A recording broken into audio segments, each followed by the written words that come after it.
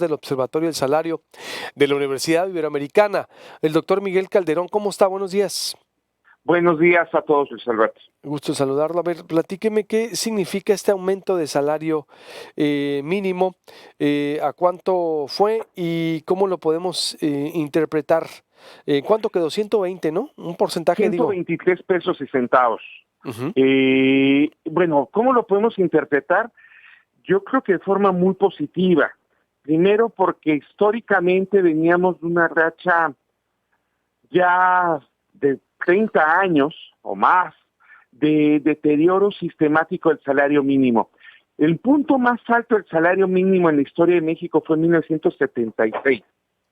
A partir de ese momento el salario mínimo ha venido disminuyendo de forma sistemática o había venido disminuyendo de forma sistemática.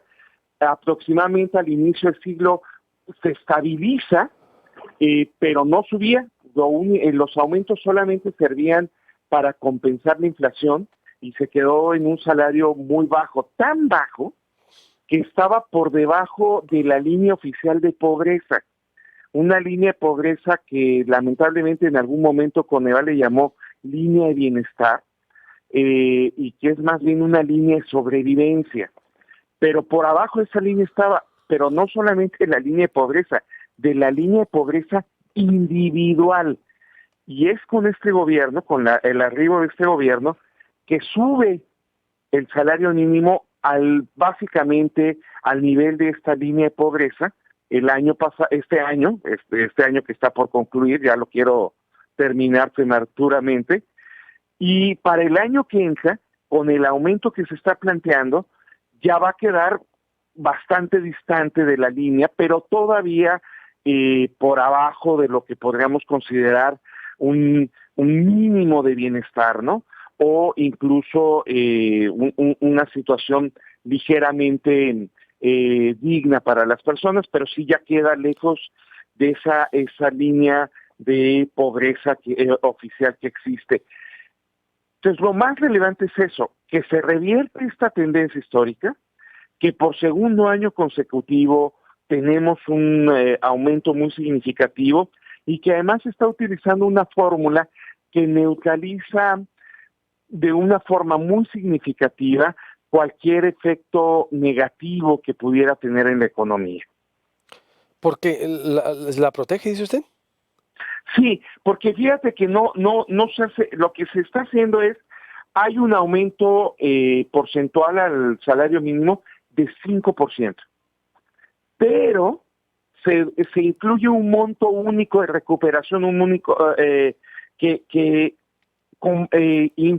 complemente este 5% y lo hace un incremento ya en conjunto del 20%, de tal manera que oficialmente y para tomarlo para las negociaciones salariales de los contratos colectivos, etcétera, tan solo hubo un aumento del 5%.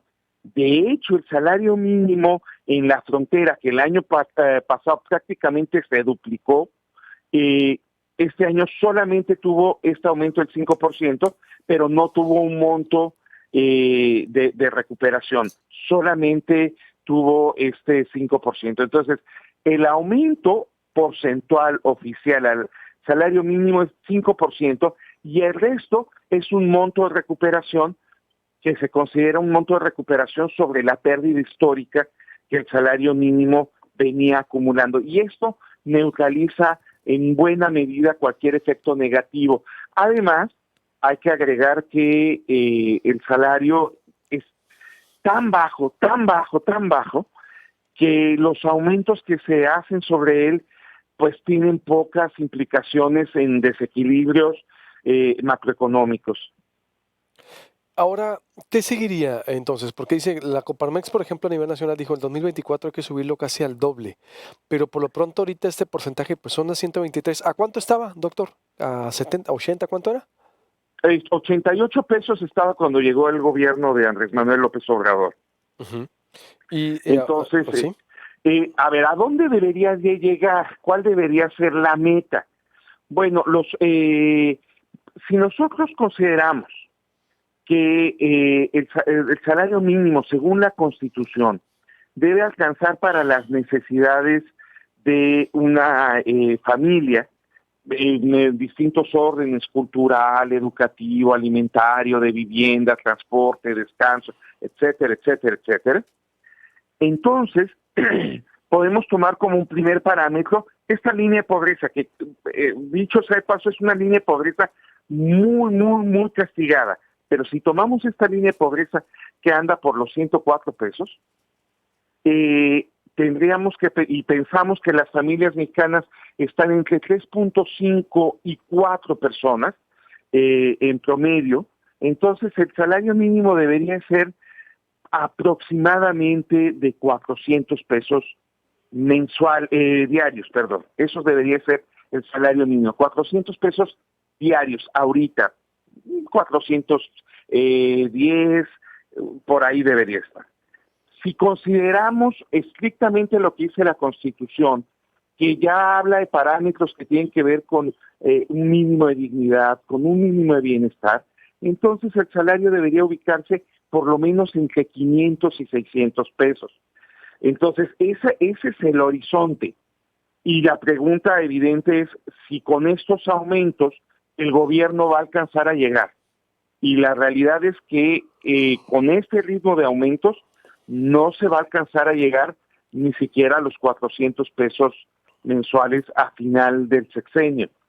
Esa sería, digamos, la mala noticia. La buena noticia es que se ha revertido la tendencia y que si se mantiene, habrá una recuperación significativa al final del año y tendría que continuarse en los siguientes gobiernos. Pero no al final del año, al final del sexenio, quise decir.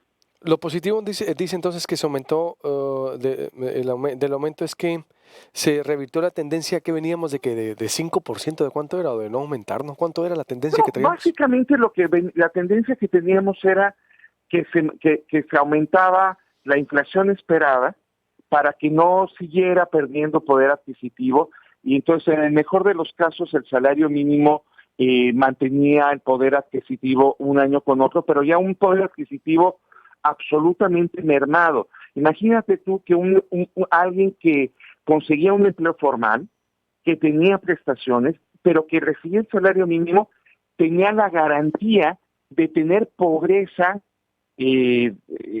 muy, muy extrema, aún y con estas condiciones de formalidad y eso